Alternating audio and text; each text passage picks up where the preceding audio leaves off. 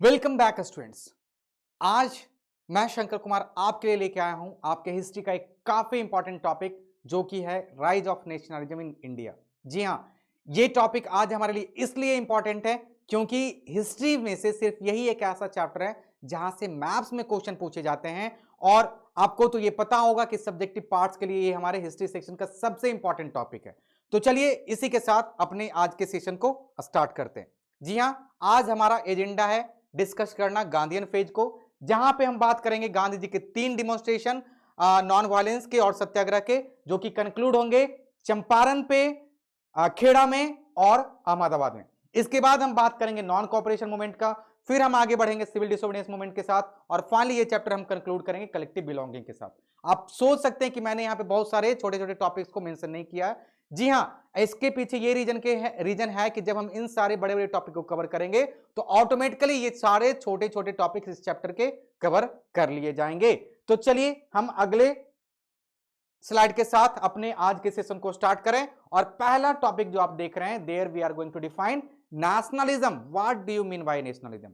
So nationalism is a sense of feeling where we will promote unique oneness, togetherness and collectiveness, where people from different background they feel united because they are going to share a common political, cultural and historical background. So ये था हमारा definition nationalism का। Here if you see, people may speak different languages but the love for their nation keeps them together. They are ultimately felt united because they all are having very much a lot of common things there, like language they speak, they follow same culture, they can be coming from same religion and many more such things can make them united, right? तो ये था हमारा definition nationalism का। ठीक है, अब हम बात कर रहे हैं इस चैप्टर के पहले क्वेश्चन का, जो कि आपके बोर्ड एग्जाम में पूछे जाते हैं कि भाई what are the reasons, what are the factors that lead to the rise of nationalism. तो क्या आप रीजन देंगे?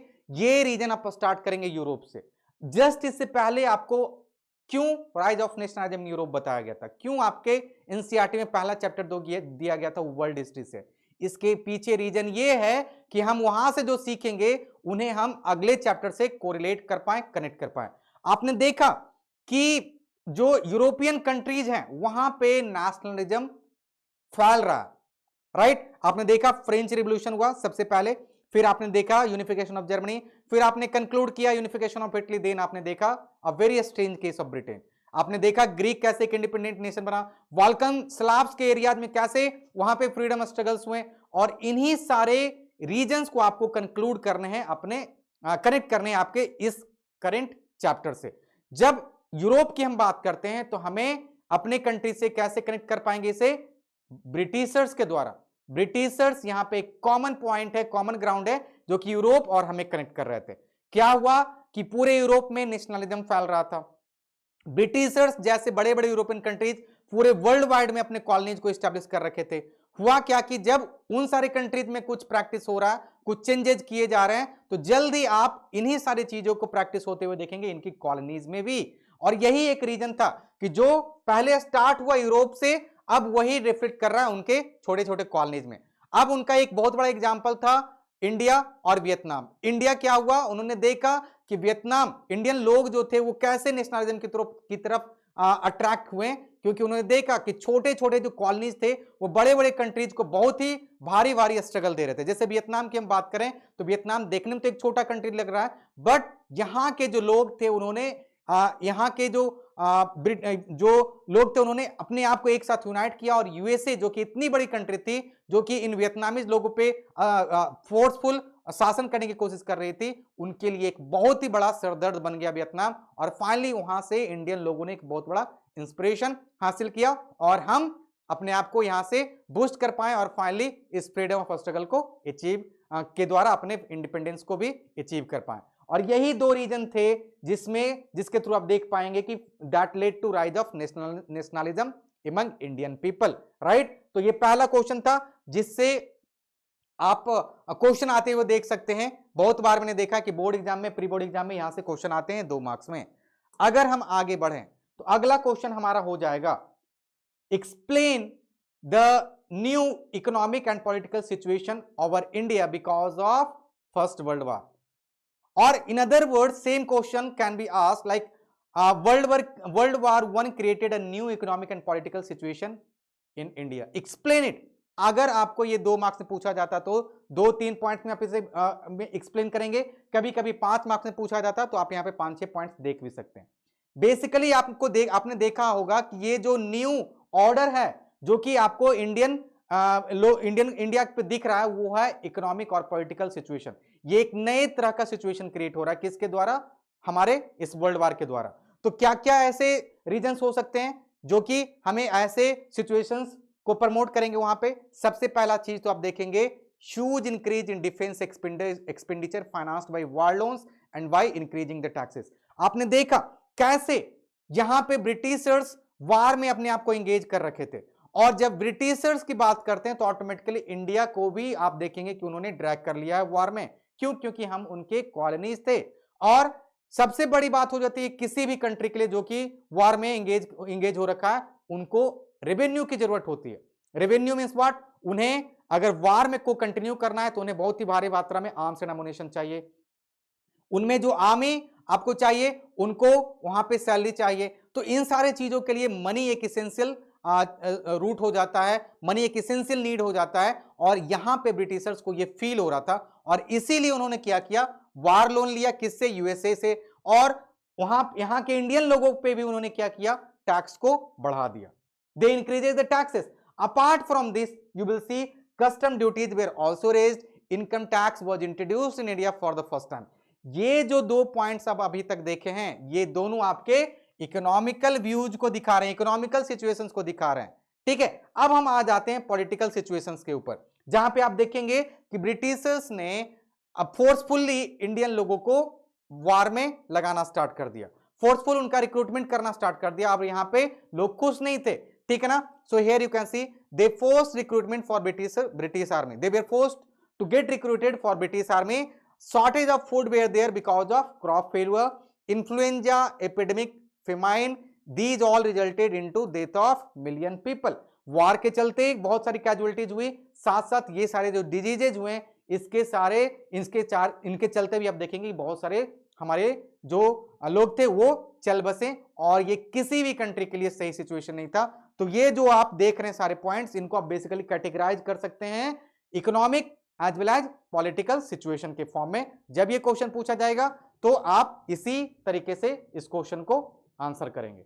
ये था हमारा टॉपिक कि व्हाट वाज द इफेक्ट और what was the new like situation in India during this period of world war 1। तो आप बताएंगे कि इंडिया में जो एक नया सिचुएशन क्रिएट हुआ था वो तो इकोनॉमिक एंड पॉलिटिकल, और उसके अंदर ये सारे पॉइंट्स आप मेंशन कर देंगे। आगे बढ़ते हैं। अब यहां पे हम बात कर रहे हैं द आइडिया ऑफ सत्याग्रह। गांधी जी यहां पे आने वाले हैं।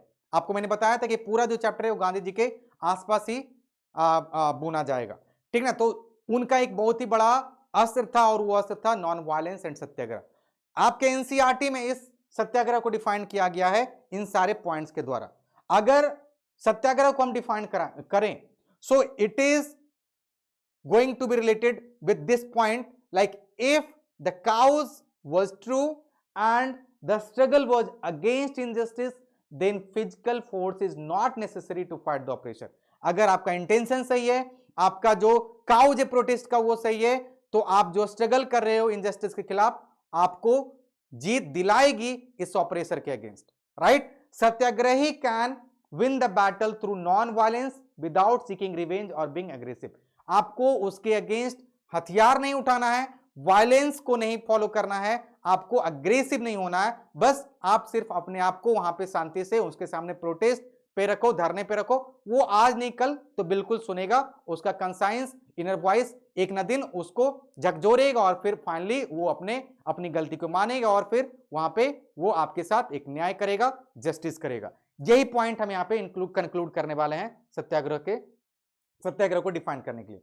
Why appealing to the conscience which is inner voice of the oppressive, he or she can be persuaded to see the truth and that will be the end of injustice। ये सारे points को अगर आप एक साथ लिखते हो तो that will be the true meaning of सत्याग्रह, और यही था हमारा गांधी जी का भी ध्येय।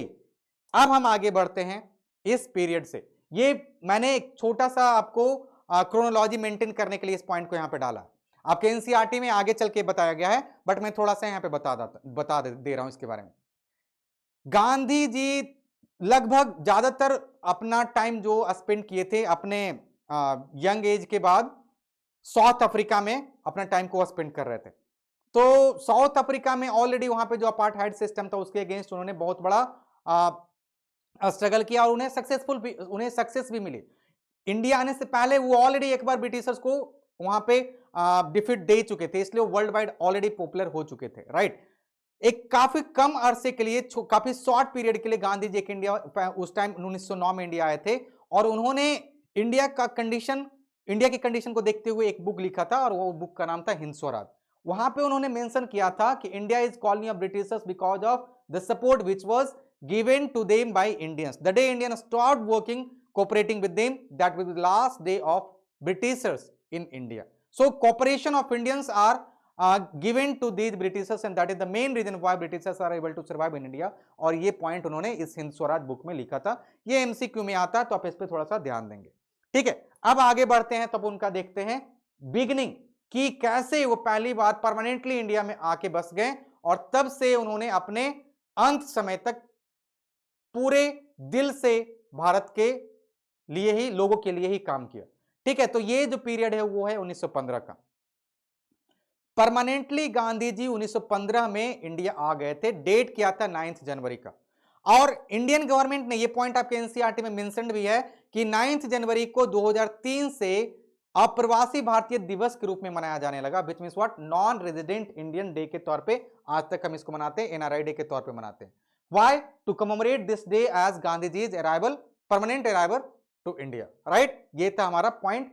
अब यहां से हम आगे बढ़ते हैं अगले टॉपिक की तरफ, तो वो है गांधी जी के 3 डिमोन्स्ट्रेशन जो कि उनके नॉन वायलेंस और सत्याग्रह को प्रमोट करेगा।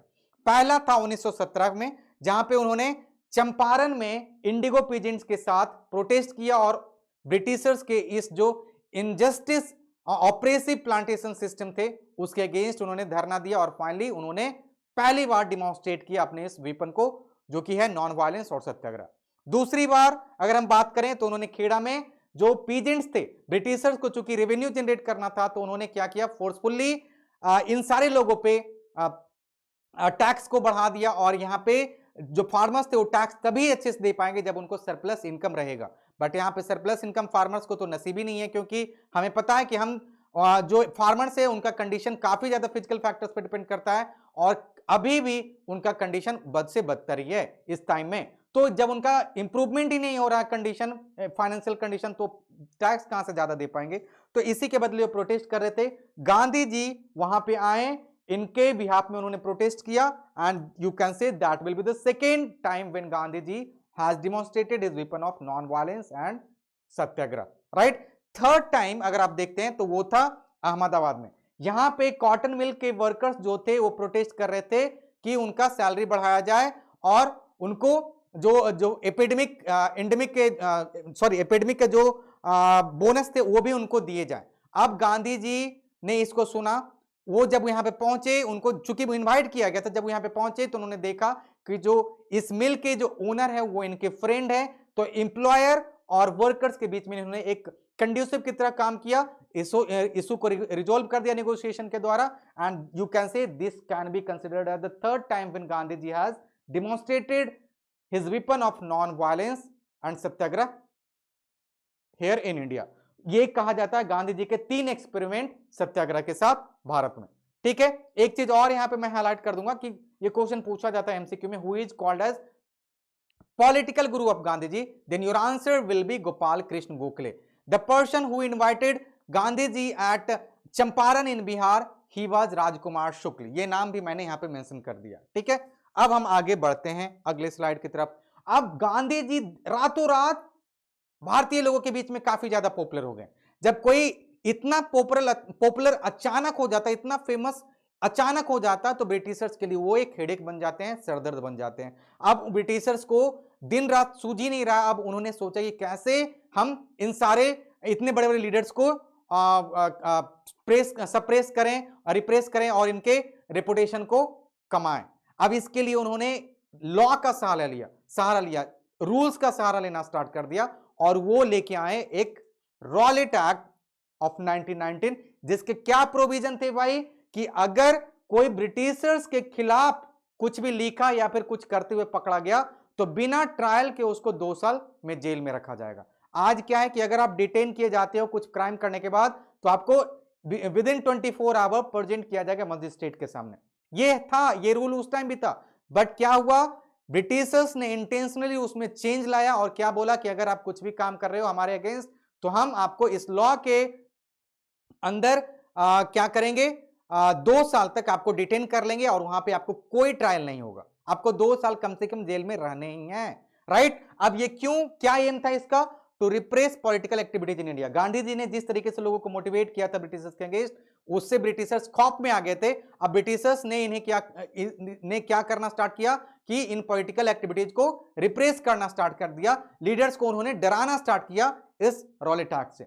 अब ये क्यों अनफेयर था, क्योंकि मैंने पहले ही बताया था कि आपको बिना ट्रायल के 2 साल के लिए डिटेन किया जाएगा, which means what, someone is attacking on civil liberties of Indians, right. और ये बिल जब पास हो रहा था तो उसके जो मेंबर्स थे, इंडियन मेंबर्स स्पेशली, उन्होंने इसके अगेंस्ट में अपना वोट दिया था, बट इसके अगेंस्ट में भी वायसराय ने वीटो लगा दिया और फाइनली वायसराय के वीटो के चलते ये बिल पास हो गया। तो इसीलिए बोल सकते हैं कि ये बिल बिल्कुल अनफेयर था, लोगों के विरोध के बावजूद भी ये बिल पास हो गया, इसीलिए अनफेयर था। और दूसरा रीजन क्या बताएंगे आप, क्योंकि ये लोगों के सिविल लिबर्टीज को ये क्षति पहुंचा रहा था, अटैक कर रहा था उनके सिविल लिबर्टीज को, इसलिए भी ये अनफेयर था। अब लोग क्या शांत रहेंगे, इतना बड़ा आप लॉ ला दिए हो, बिना किसी गलती के, थोड़ा बहुत अगर हम किसी के खिलाफ जा रहे हैं तो आप उनको डिटेन करके 2 साल जेल में डाल दे रहे हो बिना कोई ट्रायल के, कोई मुकदमा केस नहीं लड़ा जा रहा वहां पे, तो ऐसे कैसे हो सकता है, ये तो कहीं से सही है भी नहीं।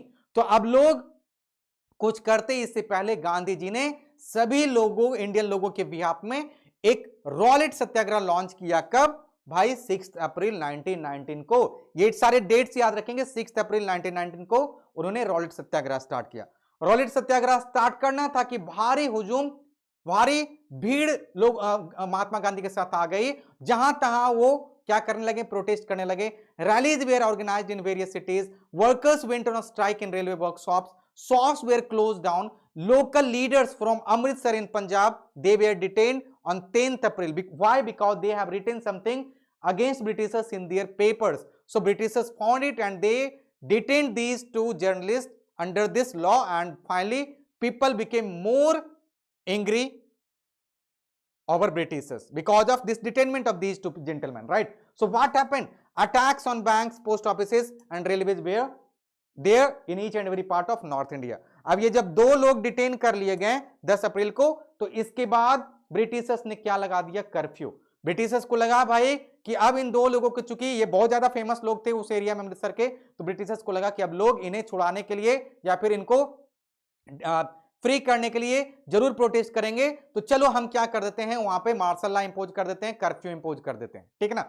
अब क्या है कि 13 अप्रैल को जालियांवाला बाग में बैसाखी फेस्टिवल का प्रोसेशन होने वाला है, सेलिब्रेशन होने वाला है। और मींस आप मानिए कि हर एक साल हमारे कुछ एक ऐसे एरिया होते हैं जहां पे मेले लगा करते हैं, ठीक है ना। और उस मेले में बच्चों के लिए बहुत ऐसे ऐसे टॉय शॉप रहते हैं, फेस्टिवल का वाइब रहता है, फेस्टिव वाइब रहता है, लोग आते हैं खुशी खुशी बच्चे के साथ घूमते फिरते हैं, टहलते हैं।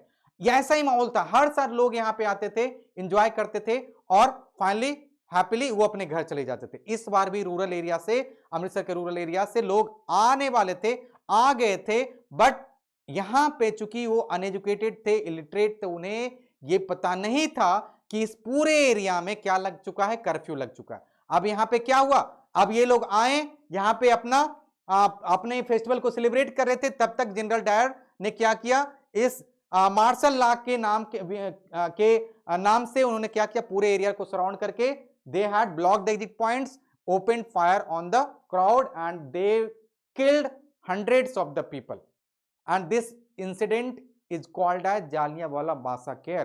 अब लोग और ज्यादा एग्रेसिव हो गए। अब आप जहां तहां देखेंगे कि crowds took to the streets in many North Indian towns, there were strikes, clashes with the police, attacks on government buildings. British government also they tried to suppress these activities, they became more brutal, people were humiliated and terrorized, satyagrahis were forced to rub their nose on the ground and they must have to crawl on the streets do salam to all sahib. Salam means salute to all Britishers, right? People were flogged villages in Punjab and around Gujranwala, they were bombed. Means they were running from these areas, they were going towards Gujranwala, and near to that place Britishers found them and finally they bombed all these places. People also they got injured and many people they died also. तो आप समझ सकते हैं क्या impacts हो गए, people और ज्यादा वायलेंट हो गए और ब्रिटिशर्स ने भी कोई कसर नहीं छोड़ा इनको मजबूर करने के लिए कि आप जल्दी से अपना जो स्ट्राइक है उसको बंद करो और शांति से अपना घर जाओ। अब यहां पे इन सारे चीजों को गांधी जी गौर से देख रहे थे। गांधी जी ने यहां पे क्या देखा कि violent is not the way with which we can get something we want, right? So finally he stopped this Rowlatt Satyagraha instantly. Meanwhile, one more thing he has observed. What was that? That was about the end of World War I. Germany, the team of Germany, they all were now almost going to be called as defeated one. उनका Germany के साथ एक और country था Ottoman umpire. Ottoman umpire भी कहा गया कि आप डिफीट हो गए हो। अब उनके साथ एक ट्रीटी साइन किया गया कि अब जो आप वहां के राजा हैं ऑटोमन अंपायर के, उनको खलीफा बोला जाता है और उनको अपना थ्रोन छोड़ना पड़ेगा। और ये राजा, एक चीज आप ध्यान रखें कि ये नॉर्मल राजा नहीं है, he is a spiritual head of entire Islamic world. जितने भी इस्लामिक कम्युनिटी के पीपल है वो इनको स्पिरिचुअल हेड मानते हैं और इनको अभी अभी ब्रिटिशर्स ने बोला है कि आप अपना थ्रोन खाली करो। अब इंडियन जो मुस्लिम्स थे उनके बीच में जब ये न्यूज पहुंचा तो वो भी काफी एंग्री हो गए और इनकी इसी चीज को देखते हुए यहां के दो अली ब्रदर्स थे, एक अली ब्रदर्स थे जिनका नाम था मोहम्मद अली और शौकत अली। इन्होंने बॉम्बे में एक खिलाफत कमेटी का गठन किया 1919 मार्च 1919 में। गांधी जी इन सारे इवेंट्स को देख रहे थे। गांधी जी को अब तक ये पता चल गया था कि बिना हिंदू और मुस्लिम को यूनाइट किए हुए हम इस कंट्री में ब्रिटिशर्स के खिलाफ कुछ भी नहीं कर सकते। गांधी जी ने बहुत अच्छे तरीके से इस चीज को देखा। अब इन्होंने क्या किया, गांधी जी का इनिशिएटिव देखिए कि इन्होंने एक प्रपोजल दिया और सितंबर 1920 को कोलकाता में इंडियन नेशनल कांग्रेस का एक टेम्पररी सेशन रखा जहां पे इन्होंने इनवाइट किया अली ब्रदर्स को। अली ब्रदर्स थे रिप्रेजेंटेटिव मुस्लिम्स का और इंडियन नेशनल कांग्रेस उस टाइम ज्यादातर कहा जाता था कि हिंदुत्व के लीडर्स हैं, हिंदू लोगों के लीडर्स हैं। तो हिंदू और मुस्लिम को इस कोलकाता सेशन में सितंबर 1920 के टेम्पररी सेशन में क्या किया गया, दोनों को जोड़ दिया गया और फाइनली गांधी जी यहां पे बहुत बड़ा काम करने में सक्सेसफुल हो गए। उन्होंने क्या किया, दोनों को एक साथ यूनाइट कर दिया। अब ये था हमारा किससे related, launching of non cooperation movement से रिलेटेड। देखिए क्या क्या होने वाला है। गांधी जी ने क्या किया, अब ये दो पॉइंट देख लीजिए। सितंबर 1900 आगे बढ़ने से हम देख लेते हैं, एक बार फिर से इसमें भी आएंगे बट थोड़ा सा हम यहां पे देख लेते हैं। सितंबर 1920 को गांधी जी ने क्या किया, टेम्पररी सेशन लिया कोलकाता पे और वहां पे क्या किया उन्होंने, खिलाफत इशू को इंडियन नेशनल कांग्रेस के साथ मर्ज कर दिया, राइट। दिसंबर 1920 को एनुअल सेशन हुआ था। आपको पता है कि दिसंबर में जब भी होगा इंडियन नेशनल कांग्रेस का एनुअल सेशन होगा। सितंबर कभी भी एनुअल सेशन नहीं होगा क्योंकि ये सितंबर में हो रहा है। एनुअल सेशन जब भी होगा तो दिसंबर में होगा, कंफ्यूज नहीं होना, ध्यान रखेंगे आप यहाँ पे। तो दिसंबर में जो हुआ सेशन नागपुर में, वहां पे जो इसके प्रेसिडेंट थे उन्होंने एक फाइनल डेट रखा और वो डेट था launching of non cooperation movement का। और क्या था वो डेट, जनवरी 1921 से हम बिल्कुल पूरे फुल फ्लेज्ड वे में इस नॉन कोऑपरेशन मूवमेंट को स्टार्ट करेंगे, ठीक है। तो ये दोनों डेट्स आप याद रखेंगे, मैप्स में ही पूछा जाता है, कंफ्यूज नहीं होना। सितंबर 1920 कोलकाता से रिलेटेड है, टेम्पररी सेशन। दिसंबर 1920 नागपुर से सेशन है, permanent session, right. There what happened, they adopted the date for launching of non-cooperation movement. Here what happened, Indian National Congress came together with खिलाफत इशूज, राइट। अब हम देख लेते हैं इन सारे पॉइंट्स को जो कि नॉन कोऑपरेशन मूवमेंट से रिलेटेड है। क्वेश्चंस अगर आते हैं तो आप इसी फॉर्म में लिख के भी आएंगे, बाकायदा आपको फुल आउट ऑफ फुल मिलेगा, ठीक है। चलिए देखते हैं, यहां पे आप देख रहे हैं कि जनवरी 1921 से स्टार्ट हुआ भाई, फरवरी 1922 तक हमारा ये चलने वाला। क्यों इतना कम तक दिन तक चलेगा, हम आगे चल के बात करेंगे। सबसे पहली बात, क्यों non cooperation movement. Gandhi ji के बारे में मैंने बताया था ना, जब वो 1909 में इंडिया आए थे तब उन्होंने एक बुक लिखा था हिंद स्वराज, जहां पे उन्होंने मेंशन किया था British rule established in India with the cooperation of Indians, if Indians refuses to cooperate it would collapse within a year. और इसीलिए हम वहां पे नॉन कोऑपरेशन को फॉलो करने जा रहे हैं। ठीक है। सो इसके कुछ स्टेजेस पहले से प्री डिफाइंड थे। जैसे पहले तो हम क्या करेंगे, नॉन कोऑपरेशन जैसे लॉन्च होगा हम अपने अपने टाइटल्स जो कि ब्रिटिशर्स के द्वारा दिए गए थे हमें, हम उसको सरेंडर कर देंगे। दूसरा, बॉयकॉट ऑफ सिविल सर्विसेज, जहां पे भी लोग इंडियन लोग काम कर रहे हैं उसको वो बॉयकॉट कर देंगे। अब उनके लिए कहीं पे भी कोई भी गवर्नमेंट में काम नहीं करेंगे। आर्मी में अगर हम काम कर रहे हैं तो हम उस पर रिजाइन दे देंगे, ना पुलिस में काम करेंगे, ना हम कोर्ट में काम करेंगे, ना उनके लिए हम सिविल सर्विसेज का कोई काम करेंगे, राइट। उसके बाद तीसरा स्टेज था जो कि काफी इंपॉर्टेंट था, फुल सिविल डिसोबीडियंस मूवमेंट। ये कब लॉन्च होता, जब यहां तक सारा इवेंट प्रॉपर ऑर्डर में कंक्लूड हो जाता। और आप देख रहे हैं कि civil disobedience is the last stage of this non cooperation movement, but ये सक्सेसफुल नहीं रहा। आपको पता है कि 1922 में ये नॉन कोऑपरेशन मूवमेंट हॉल्ट हो गया and for next it took almost 10 years. हम लोग 1930 में जाके सिविल डिसोबीडियंस मूवमेंट लॉन्च किए। अब कोशिश कीजिए इसको समझने का। अगर हम यहां पे इन सारे जो पॉइंट्स थे, इन सारे जो ग्रेजुअल स्टेजेस थे इस नॉन कोऑपरेशन मूवमेंट को, अगर हम उसको सक्सेसफुली गांधी जी के अकॉर्डिंग चलते तो हो सकता है कि हम अपना जो इंडिपेंडेंस वो ब्रिटिशर से 10 से 12 साल पहले ही हासिल कर लेते। क्यों? क्योंकि हमारी सिर्फ एक गलती के चलते हमारा ये जो डेट है 1947 वो एक्सटेंड हो गया। उससे पहले हो सकता कि हम आजाद हो जाते।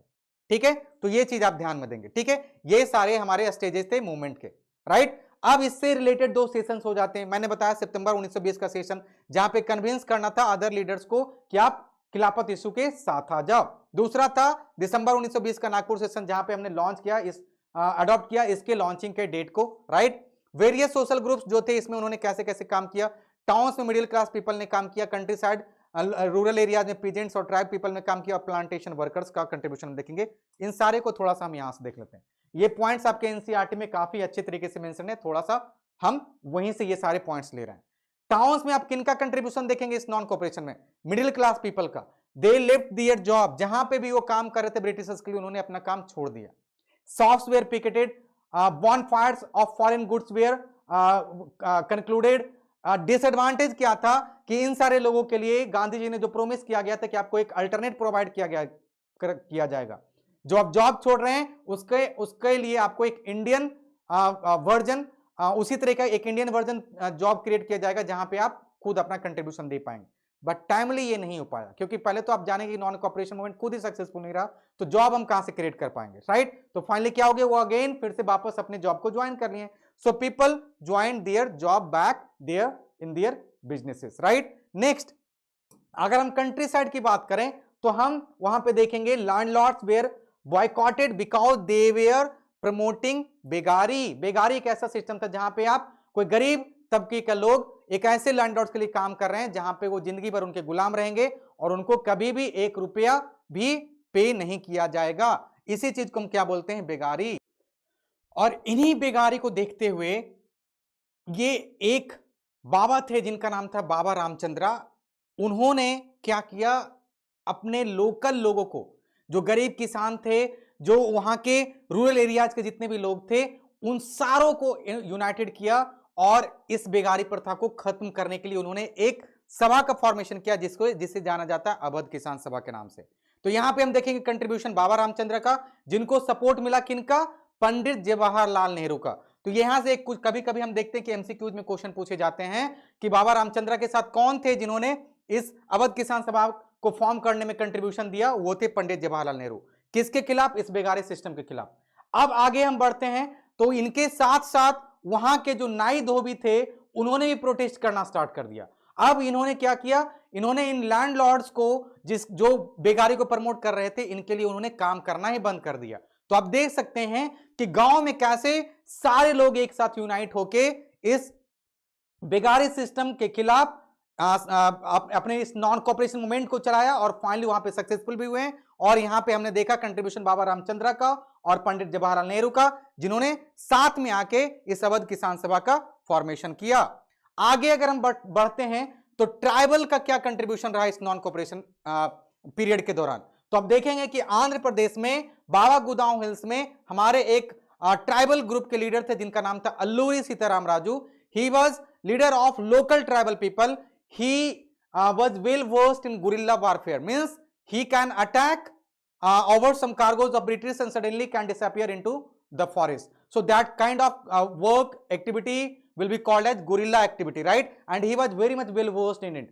He was highly influenced by Gandhiji, but sometimes he was used to say that with non-violence we can't get anything. Sometimes we have to pick the weapon against the culprit one. So ये इनका thought था। और यहाँ पे हमने देखा कैसे अलूरी सीताराम राजू ने ब्रिटिशर्स को चैलेंज किया अपने इस बाबा गोदाम हिल्स में, और फाइनली इन्होंने अपने आप को सेक्रीफाइस कर दिया। फाइनली अंत में आप देखेंगे कि इनको पकड़ लिया गया, कैप्चर कर लिया गया और फिर इनको एक्सिक्यूट कर दिया गया। बट इन्होंने अपना कंट्रीब्यूशन दिया। इन्होंने इस नॉन कोऑपरेशन मूवमेंट के दौरान काफी बड़े अच्छे तरीके से गांधी जी के नॉन कोऑपरेशन मूवमेंट को सपोर्ट किया, लोगों को समझाया और लोगों को यूनाइट किया ब्रिटिशर्स के अगेंस्ट।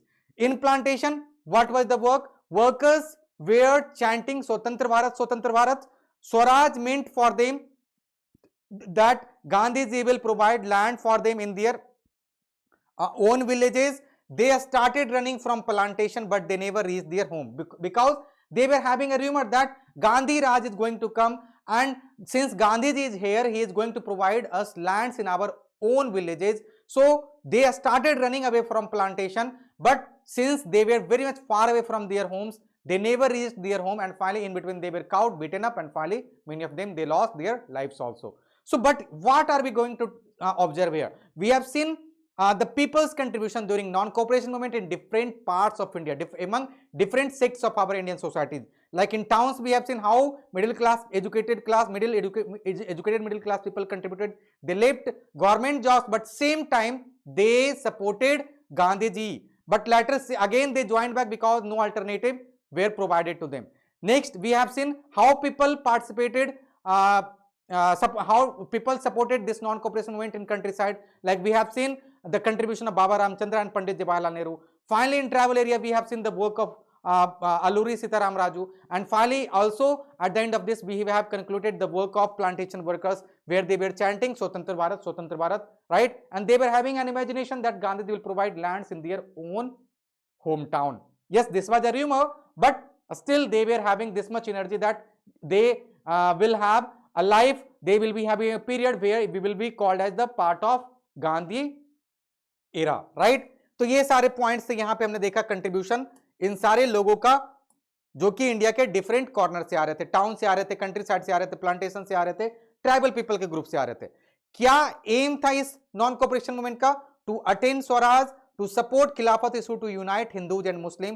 एंड फाइनली आपको पता है कि ये खत्म हो गया, ये नॉन कोऑपरेशन मूवमेंट एक ऐसे पॉइंट पे जहां पे काफी स्मूथली रन कर रहा था, बट एक इंसिडेंट के चलते जो कि चौरी चौरा में हुआ था उत्तर प्रदेश में 1922 में, फरवरी के 1922 में, और फाइनली एक since this was a violent activity and Gandhiji was never going to support any violent activity, especially when he is leading something, right? So that's why he instantly realized to stop it, and that was the conclusion of this movement, right? So that was the end of non cooperation movement. अब अगर हम आगे बढ़ते हैं तो हमें क्या देखना है? हमें देखना है इस पॉइंट को कि गांधी जी को सपोर्ट किसने किसने किया। हमने पहले तो देखा कि गांव में, शहरों में ट्राइबल पीपल्स ने और प्लांटेशन में कैसे लोगों ने अपने अपने विल के हिसाब से गांधी जी के इस नॉन कोऑपरेशन मूवमेंट में कंट्रीब्यूट किया। बट अभी भी कुछ एक ऐसे लोग थे जो कि इनके इस नॉन कोऑपरेशन मूवमेंट से दूरी बना के चल रहे थे।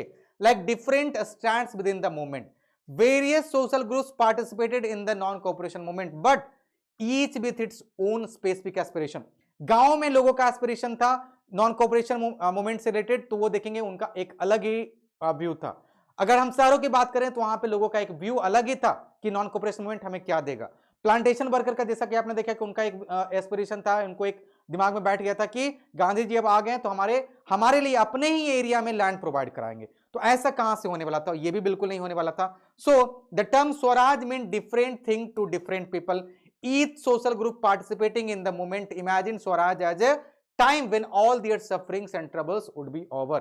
ये पॉइंट आपको लिखने हैं, ये क्वेश्चंस में आते हैं तो आपको बिल्कुल ये सारे पॉइंट्स लिखने हैं। How during non cooperation movement different people were having different views related to non cooperation movement, right? यहां पे इस तरीके से आप उसका आंसर देंगे। आगे हम बढ़ते हैं टुवर्ड्स सिविल डिसोबीडियंस मूवमेंट। हमने देखा कि ये नॉन कोऑपरेशन मूवमेंट तो बिल्कुल अब खत्म हो गया एक वायलेंट एक्टिविटी के चलते, राइट? तो यहां पे क्या हो रहा है, थोड़ा सा हम रिकॉल करते हैं पिछले पॉइंट्स को। After the end of non cooperation movement, till the launch of civil disobedience movement, if you see the small events which were going to happen, these will be there in this order. First आपने देखा फरवरी 1922 को क्या हुआ, गांधी जी ने non cooperation movement को withdraw कर लिया, right. अब इसके बाद there was a conflict within the Congress over the question of participation in council elections. कुछ लोग ये बोल रहे थे कि इस तरह के गांधी जी के जैसे प्रोटेस्ट अगर हम करते रहे तो हमारे पास ये जो अपना तरीका है वो काफी टाइम कंज्यूमिंग हो जाएगा, काफी लेंदी प्रोसेस हो जाएगा, तो हम कुछ जो अपना इंस्पिरेशन है, जो नीड है, जो हमारा गोल है, जो एम है, वो कब हम हासिल कर पाएंगे।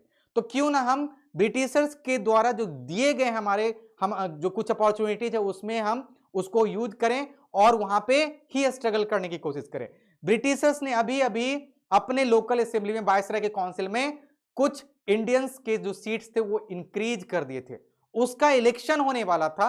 अब इंडिया के इस इंडियन नेशनल कांग्रेस के दो जो लीडर्स थे, सी.आर. दास और मोतीलाल नेहरू, इनका ये इंटेंशन था कि हम इस काउंसिल में पार्टिसिपेट करें इसके इलेक्शन में। और फाइनली इसके लिए उन्होंने क्या किया कि एक कांग्रेस के अंदर ही एक स्वराज पार्टी का फॉर्मेशन किया। Finally they contested election, they got elected and they became the part of viceroy's council. That was a very good approach by the way, but what will you see, they were very much having different ideologies than Gandhi ji. This was the main point which we were trying to discuss here, right? Same अगर आप देखें कि इसके बाद हमारे पास क्या incident होने वाला था कि there was fall in agricultural prices and total collapse due to effect of worldwide great economic depression. 1929 से लेके 1939 का जो पीरियड आप जानते हो, ये हमारा भरा पड़ा हुआ है किससे, ग्रेट इकोनॉमिक डिप्रेशन से। और अगर ग्रेट इकोनॉमिक डिप्रेशन हो रहा है तो वर्ल्ड वाइड के सारे बड़े कंट्रीज को इफेक्ट करेगी। इंडिया कैसे इससे अछूता रह सकता है, स्पेशली वैसे केसेस में जब इंडिया एक ऐसे कंट्री के कॉलोनी है जो कि बहुत बड़े एरिया में, बहुत बड़े कंट्रीज पे, देश के वर्ल्ड के बहुत बड़े बड़े क्षेत्रों पे उनका एक अधिराज है, उनका एक साम्राज्य स्थापित है। तो इसलिए जब ब्रिटिशर्स को ये ग्रेट इकोनॉमिक डिप्रेशन क्षति पहुंचा रही है तो अब इसलिए इंडिया को भी क्षति पहुंचाएगी। यही एक पॉइंट यहां पे मेंशन किया गया था। और तो there was a total turmoil in countryside by 1930। हम 1922 से आगे बढ़ चुके हैं 1930 की तरफ और धीरे धीरे करके हम सिविल डिसोबीडियंस मूवमेंट की तरफ चल रहे हैं। अब हम एक इंसिडेंट की बात करते हैं जो कि होना है 1927 में। क्या हुआ कि जो ब्रिटिशर्स ने एक टाइम फ्रेम डिसाइड किया था कि हम 1930 में लेके आएंगे एक कमेटी जिसका काम रहेगा कि हमारे जो इंडिया में जो है एडमिनिस्ट्रेशन है, गवर्नेंस है, उसके इवैल्यूएशन को चेक करना, ठीक ना। Like constitution of Simon commission in 1927 to look into the functioning of constitutional system in India and suggest changes. ये आना था 1930 में, अब आ गया 1927 में। चलो वो भी ठीक है, अब आ भी जाओ, वो भी बहुत अच्छी बड़ी बात है। अब इनके आने के बाद क्या हो गया कि ये जो कमेटी था उसमें एक भी इंडियन को नहीं रखा गया था, राइट। अब क्या हो गया, इन 1928 arrival of Simon commission in India, protest and demonstration started. why Indian people were protesting and chanting Simon go back, because in that committee there were no Indian included there. You are going to evaluate functioning of Indian constitutional system and you are not including any Indian there. How is it going to work there? That's why local people under the leadership of Lala Lajpat Rai, they were protesting and chanting Simon go back, Simon go back. But what happened, Britishers tried to suppress this protest and finally during this process Lala Lajpat Rai got severely injured and finally we have seen his demise, right? So this was the point mentioned here. 1920 की बात करेंगे तो Britishers ने इस Simon commission के एक recommendation को follow किया। अब वो हमें देने जा रहे थे क्या, डोमेनियन स्टेटस। कौन थे इसके भाई संचालक उस टाइम के वायसराय, क्या नाम था भाई उनका, लॉर्ड इरविन। लॉर्ड इरविन अब ऑलरेडी काफी ज्यादा फ्रस्ट्रेटेड हो चुके थे। गांधी जी ने इतना उन पे प्रेशर बांध दिया कि वो बहुत ज्यादा फ्रस्ट्रेटेड हो गए।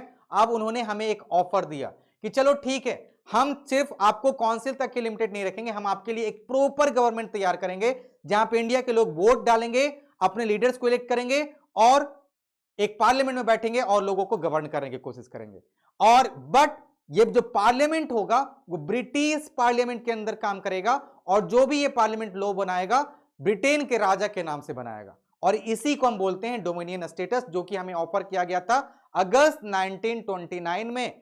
गांधी जब इस बात को सुने तो काफी ज्यादा सरप्राइजिंगली इस पे सरकास्टिकली उन्होंने एक कमेंट किया like this is post dated check. भाई क्यों आप हमें ऐसे ऐसे ऑफर्स दे रहे हो जो कि अब हमारा डिमांड ही नहीं है। नॉन कॉपरेशन मूवमेंट के टाइम में हमने तो डिमांड रखा था ना कि हमें जब उस टाइम अगर देते तो हम थोड़ा सा खुश भी हो जाते, क्योंकि हमारा डिमांड था क्या कि we were looking for self rule, we were looking for swaraj, self rule. उस टाइम हम सिर्फ स्वराज मांग रहे थे, उस टाइम देते तो हम खुश भी हो जाते। अब हम 1929 में आ गए हैं और तुम हमें ये ऑफर दे रहे हो जिसका हमारे पास कोई जरूरत नहीं है। अब 1930 में हम डिमांड कर रहे हैं क्या, टोटल इंडिपेंडेंस। हमें ये डोमिनियन स्टेटस देके बहलाओ मत। इसीलिए गांधी जी ने इस ऑफर को इनकार कर दिया एक्सेप्ट करना, और finally this is the reason why this was getting called as a post dated cheque, right? So there was, by that time many radical leaders started showing their presence like like Subhash Chandra Bose, Jawaharlal Nehru. अब 1930 का annual session होना था, 1929 दिसंबर 1929 को Lahore session जो हुआ था, वहां पे ये ऑफर जो था इसको गांधी जी के लीडरशिप में डिक्लाइन कर दिया गया था। लाहौर सेशन जो दिसंबर 1929 में हुआ था, जिसके लीडर प्रेसिडेंट थे कौन, पंडित जवाहरलाल नेहरू। इन्होंने क्या डिमांड किया कि हमें अब चाहिए टोटल इंडिपेंडेंस, हमें पूर्ण स्वराज चाहिए, टोटल इंडिपेंडेंस। हमें सिर्फ स्वराज नहीं चाहिए, हमें पूर्ण स्वराज चाहिए। दोगे तब ठीक है, नहीं दोगे तो हम अपना कंटिन्यू करेंगे अपना इस प्रोटेस्ट को, ठीक है। अब क्या हुआ, जब इन्होंने इस चीज को रखा लोगों के सामने, तब पूरा जो उसका असेंबली था, जो भी इसमें अटेंड करने वाले हमारे लीडर्स थे, बहुत अच्छी तरीके से इस पर सहमति जताया और फाइनली उन्होंने एक डेट फाइनलाइज किया जब वो स्वतंत्रता दिवस मनाने के लिए एग्री हुए। तो फाइनली 1930 को पहली बार जवाहरलाल नेहरू ने over the bank of river Ravi he hosted Indian flag and the day was 26 January 1930। This day till 1947 was celebrated as our Independence Day. You see, this day you are observing is getting celebrated as our Independence Day. The year is 1930. Since then till 1947, this was the day when we were used to celebrate our Independence Day, right? We later since got independent on 1947, so we had a new date as our Independence Day. So further when we had drafted our constitution, we had waited for commemoration of this day and finally आपको पता होगा कि 26 जनवरी को हम 1950 से अपना गणतंत्र दिवस के तौर पे जानते हैं। और ये हमने इसलिए इसका इंतजार किया क्योंकि हमें इस देश को कमेमोरेट करना था, इसको एक महत्व देना था, और यही रीजन था कि हमारे पास ये सारे इवेंट्स अभी तक हमने देखे हैं। अब आगे अगर हम बढ़े तो राउंड टेबल कॉन्फ्रेंस होंगे, ठीक है। राउंड टेबल कॉन्फ्रेंस होंगे जिसका ये मतलब रहेगा किस तरीके से हम इंडियन लोगों की जो एक्टिविटी है उसको हम यहां पे कम करें। क्यों? क्योंकि ब्रिटिशर्स काफी क्लेवर थे, काफी देवर हाईली कनिंगनेस। उन्होंने क्या किया कि ये जो इवेंट वो कराने जा रहे हैं वो करा रहे हैं लंदन में। अब वहां पे जाने के लिए हमारे पास था सी रूट, जिसमें लगेंगे तकरीबन 6 महीना साल भर। एक बार जाओगे तो 6 महीना साल भर बाद ही लौटोगे। तो अगर यहाँ पे लीडर्स सारे वहां पे जा रहे हैं तो there will be a vacancy of leaders who will lead all these Indian people, who will make them protest against Britishers. So they were very much carefully trying to plan something which will create a void within Indian politics. So उन्होंने क्या किया, 3 piece conference को organise किया। कहां पे? London में। Round table conference हुआ, यहां पे देखिए पहला कब हुआ, नवंबर 1930 से लेकर जनवरी 1931। दूसरा हुआ सितंबर 1931 से लेकर दिसंबर 1931, और तीसरा हुआ नवंबर दिसंबर 1932 में। अब हमारे लिए कौन सा इंपॉर्टेंट है? हमारे लिए सिर्फ इंपॉर्टेंट है second one, because this was the only one which was attended by any Indian National Congress leader, and who was this leader? Gandhi ji. But one more person was there who attended all these 3 conference. The name was doctor B.R. Ambedkar, right? He was the only person who attended all these 3 roundtable conferences. Why? Because he was going to bring some relaxation or some act with which he can bring SC/ST people in mainstream society of our Indian community. So he was trying to uplift the status of depressed class society. That's why continuously he was trying to get connected with Britishers. So there he attended all these 3 meetings and ultimately he managed to convince Britishers to get some reservation for these SC/ST and OBC community people, right? अब आगे हम बढ़ते हैं तो यहाँ पे अब देखेंगे salt march and launching of civil disobedience movement. हमने देखा 3 राउंड टेबल कॉन्फ्रेंस। इससे पहले अगर हम बात करें तो ब्रिटिशर्स को गांधी जी ने क्या किया, एक अल्टीमेटम दिया। अल्टीमेटम क्या था भाई कि जनवरी 1930 में गांधी जी ने बोला कि हम आपको 11 पॉइंट्स अल्टीमेटम दे रहे हैं, आप इसको मान लीजिए। आप कोई भी ब्रिटिशर्स को ले लीजिए, सारे काफी एडमेंट और रिजिड हुआ करते थे। They simply ignored this ultimatum, right? So here if you see the 11 points, these were related to what? These were related to different classes from industries to peasants. ये जो 11 पॉइंट्स थे ये भारतीय लोगों के हर एक तबके से रिलेटेड थे, और ब्रिटिशर्स ने सीधा सा एक ऐसा सिचुएशन क्रिएट किया कि जैसे हमें पता ही नहीं, हम सीधा सा इनको इग्नोर करते, ऐसा उनका परटेंडिंग कैपेबिलिटी था। देखिए अब आगे बढ़ते हैं। मोस्ट इंपॉर्टेंट डिमांड अगर देखें तो वो गांधी जी ने यहां पे रखा था एबोलिशन ऑफ साल्ट टैक्स, जो कि मोनोपोली था ब्रिटिशर्स का। साल्ट पे उस टाइम टैक्स लिया जाता था, और चूंकि ब्रिटिशर्स ही उसको प्रोड्यूस कर रही थी, so there was a huge monopoly over salt manufacturing, and that was also considered one of the biggest source of revenue for Britishers, right? अब गांधी जी ने इसको समझा, और चूंकि ये रिच हो पुअर हो सबके लिए उतना ही जरूरत रखता है, तो इसलिए गांधी जी ने इसी टॉपिक को सिलेक्ट किया, और फाइनली इसने इसी के द्वारा उन्होंने इस सिविल डिसोबीडियंस मूवमेंट को भी लॉन्च किया, राइट? अब क्या किया, ये जो 11 पॉइंट अल्टीमेटम था, इरविन ने सीधा सा क्या किया, इसको बिल्कुल इग्नोर कर दिया। He was not willing to negotiate over these 11 points.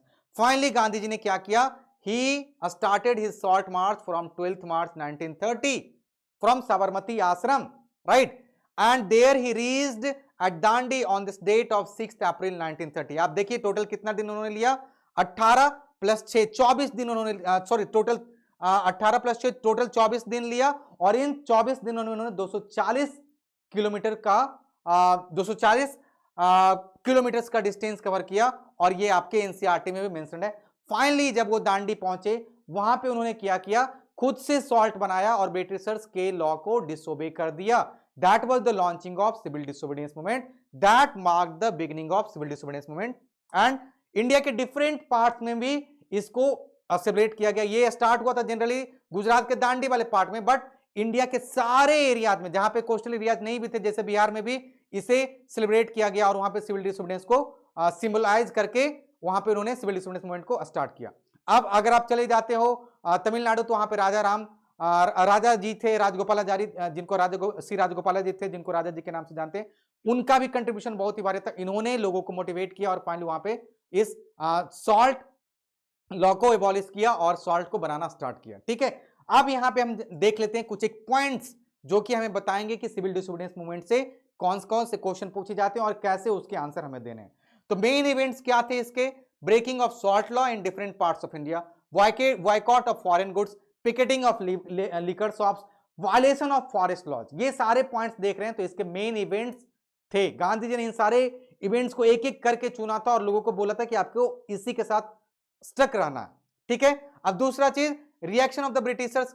अब चूंकि ब्रिटिशर्स तो चुपचाप बैठने वाले नहीं है, वो जरूर कुछ ना कुछ करने की कोशिश करेंगे। क्या उन्होंने करना स्टार्ट किया, they started arresting of Congress leaders one by one, right? Policy of brutal repression, peaceful satyagrahis were attacked, women and children were beaten, around this much people they got arrested, like आप देख सकते हैं almost 1 lakh people they got detained, right?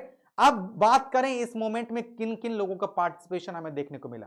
आप देखे होंगे, अगर आपको ध्यान होगा तो जो हमारे पिछले बार के जो नॉन कोऑपरेशन मूवमेंट में जो हमारे पार्टिसिपेंट थे, इस टाइम थोड़ा सा उसमें इंप्रूवमेंट आपको देखने को मिलेगा।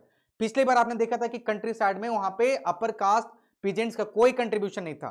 इस बार आप देखेंगे कि upper caste peasant, reach peasants जो रहेंगे वो यहां पे काफी बड़े तौर पे इस मूवमेंट में पार्टिसिपेट करेंगे। चलिए देखते हैं। Rich peasants, they were against high revenue, so that's why they try to support this Gandhi ji civil disobedience movement. Poor peasants, क्यों इन्होंने सपोर्ट किया इस मूवमेंट को, because they were against high rent and high revenue. Business class people, उन्होंने क्यों इस गांधी जी के civil disobedience को लॉन्च सपोर्ट किया, क्योंकि this was against colonial business policy, this was monopoly. और वुमेन ने क्यों सपोर्ट किया, क्योंकि वो गांधी जी के कॉल के द्वारा हाईली मोटिवेटेड थे कि गांधी जी के साथ हमें आगे कंधा से कंधा मिला के चलना और हमें भी अपने साइड से कुछ कंट्रीब्यूट करना है इस फ्रीडम स्ट्रगल में, right? Workers in some places they left their jobs, they were on a strike, so these are the participations. Here you can see which covered almost each and every part of India, and here this time it was way more successful than non-cooperation movement. Right? How was it different than non-cooperation movement? तो अगर आप देखते हैं definition non cooperation movement का, तो वहां पे सिर्फ हम ब्रिटिशर के साथ कोऑपरेट नहीं कर रहे थे, जो वो कर रहे थे हम उसको फॉलो नहीं कर रहे थे।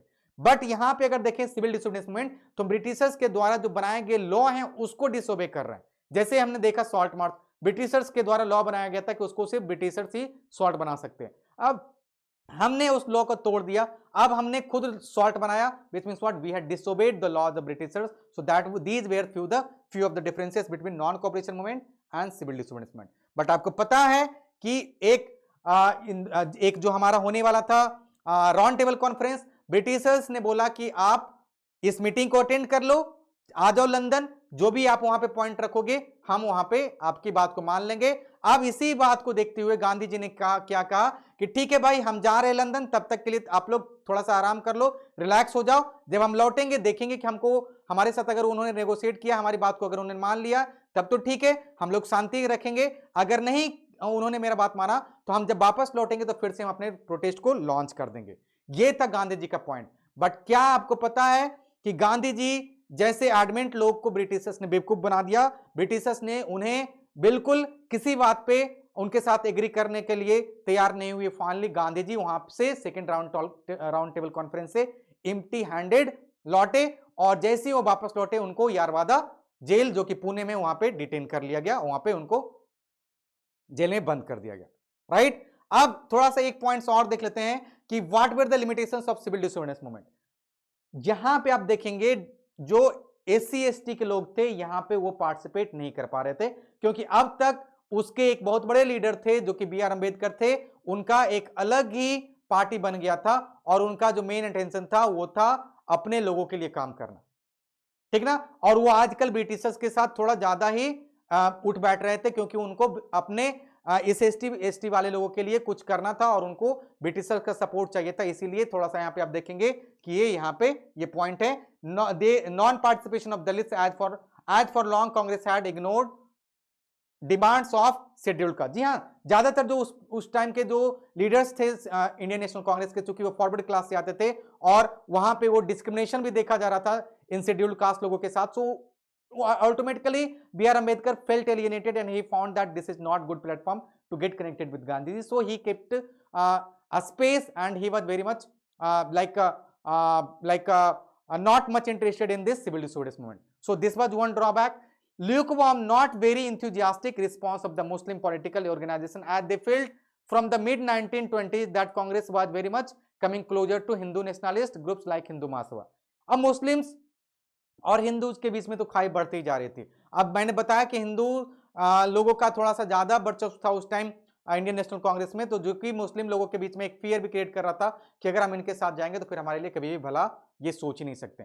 तो इसी के चलते एक मुस्लिम लोग भी यहाँ पे बहुत ज्यादा पार्टिसिपेट नहीं कर पाए।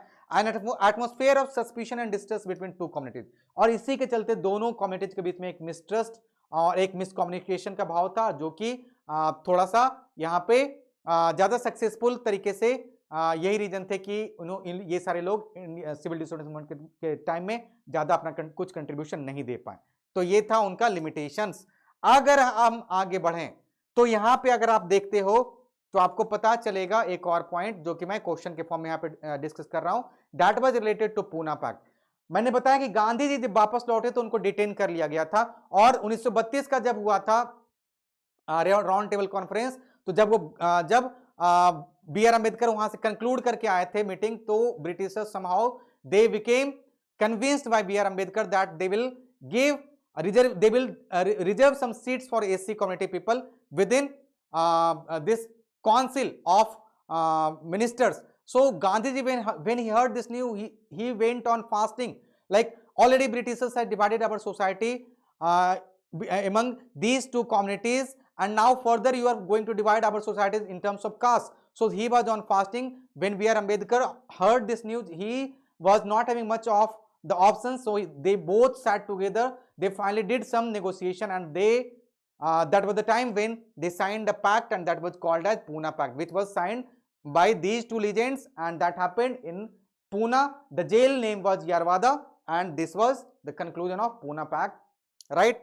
Finally, ये यहां से भी कुछ एक क्वेश्चन पूछे जाते हैं, which is the sense of collective belonging. What do you mean by the sense of collective belonging, right? यहां पे अगर देखें, जैसा कि आपने देखा होगा rise of nationalism in Europe, वहां पे भी हमने बात किया था एलग्री का. एलग्री मींस इटली, सॉरी जर्मनी के लिए जर्मेनिया और फ्रांस के लिए मैरियन. इसी तरीके से अगर हम इंडिया की बात करें तो लोग हमारे साथ यूनाइटेड इसीलिए हो रहे थे कि उनको अब तक ये समझ में आ गया था कि ब्रिटिशर्स हमारे हिस्ट्री को चेंज करने के लिए, हिस्ट्री को चेंज करने पे तुली हुई है, हमारे पास्ट को बिल्कुल वो डिसमेंटल करने पे तुले हुए. जब एजुकेटेड मिडिल क्लास के लोगों ने इस चीज को समझा तो उन्होंने अपने राइटिंग्स के थ्रू, अपने प्रिंट्स के थ्रू लोगों को जगाना स्टार्ट किया और यही एक बन जाएगा सेंस ऑफ कलेक्टिव बिलोंगिंग. तो जैसे फिगर और इमेज की अगर हम बात करेंगे तो पहली बार image of Bharat Mata was created by Bankim Chandra Chatterjee in his book which was called as Anand Math. और इस आनंद मठ में उन्होंने एक और प्रेयर भी लिखा था इस भारत माता के लिए, जो कि आगे चल के हमारा वंदे मातरम बनेगा. 1870 में इन्होंने इसको लिखा था, राइट. फोकलोर की बात करें, nationalist began gathering and recording folktale as they presented our true culture and helped discover one's national identity and restore a reuse of pride in past. जैसे कि ब्रिटिशर्स हमारे हिस्ट्री को तोड़ मरोड़ के पेश कर रहे थे, अब जब हम एजुकेटेड मिडिल क्लास पीपल यहां पे आ गए तो हम फिर से इसको रीगेन करने की कोशिश करेंगे अपने प्राइड को, और इसके ड्यूरेशन में हम साथ साथ अपने आसपास के लोगों को, जो हमारे अपने लोग हैं, उनको भी ये मैसेज कन्वे करेंगे कि चलिए हम फिर से अपने पास्ट को एक बार जीते हैं. और ये जो सेंस रहेगा वो एक दूसरे को एक साथ बांध के रखेगा. That will promote collectiveness and that will also bring unity among the people, right. Icons and symbol अगर आप देखें, tricolours flag like red yellow green first time was developed during swadeshi movement in 1921 in Bengal which had 8 lotuses. ये point आप ध्यान रखेंगे. 1921 के time में पहली बार ट्राई कलर फ्लैग, जो कि स्वदेशी फ्लैग के नाम से भी जाना जाता है, पहली बार बंगाल में स्वदेशी मूवमेंट के टाइम में प्रिपेयर किया गया था, जिसपे 8 लोटस भी थे. By 1921 Gandhi ji had designed a swaraj flag which was having red green and white carrying the flag become a symbol of defence. ये सारे पॉइंट्स आपको ध्यान में रखने, ठीक है. रीइंटरप्रिटेशन ऑफ हिस्ट्री, मैंने जैसे बताया कि ब्रिटिशर्स ने हमारी हिस्ट्री को रीइंटरप्रेट किया था. अब फिर से हमें अपने पास को चूंकि रीगेन करना है तो हमें उन सारे मैसेजेस को रिवर्ट करने पड़ेंगे, और इसी को हम बोलते हैं रीइंटरप्रिटेशन ऑफ आवर हिस्ट्री. यहां पे हम देखेंगे कंट्रीब्यूशन जवाहरलाल नेहरू का, जहां पे उन्होंने एक बुक लिखा था discovery of India, with which he tried to regain our past and there he criticised the work which was earlier done by British writers and authors, and this was just nothing but reinterpretation of our history. And finally, song like Vande Mataram in 1870s, Bankim Chandra wrote Vande Mataram as a hymn to motherland, and it was widely sung during this Swadeshi movement. ये सारे points अगर देखते हो आप तो आपको पता चलेगा these are going to promote what? Collective belonging, collective identity, and finally we all will be united, and that will be the end of British era in India, right. तो ये था हमारा आज का चैप्टर, आज का डिस्कशन. हमने एक क्वेश्चन भी यहां से कंक्लूड किया है, दैट वाज पूना पैक्ट. ये आपके क्वेश्चन में कभी कभी आ जाया करता है. इसके बाद अगर हम देखें, who designed the tricolour flag of India in 1921, that will B Mahatma Gandhi, right. हमने इनके बारे में बात कर रखा है, और इसी के साथ हम आज के इस चैप्टर को कंक्लूड करते हैं. तो हम हमारे साथ बने रहिए. हम अगले वन शॉट में आपके हिस्ट्री के या फिर आपके एसएसटी के किसी और चैप्टर्स के साथ फिर से आएंगे. सो तब तक के लिए bye bye, take care, thank you so much.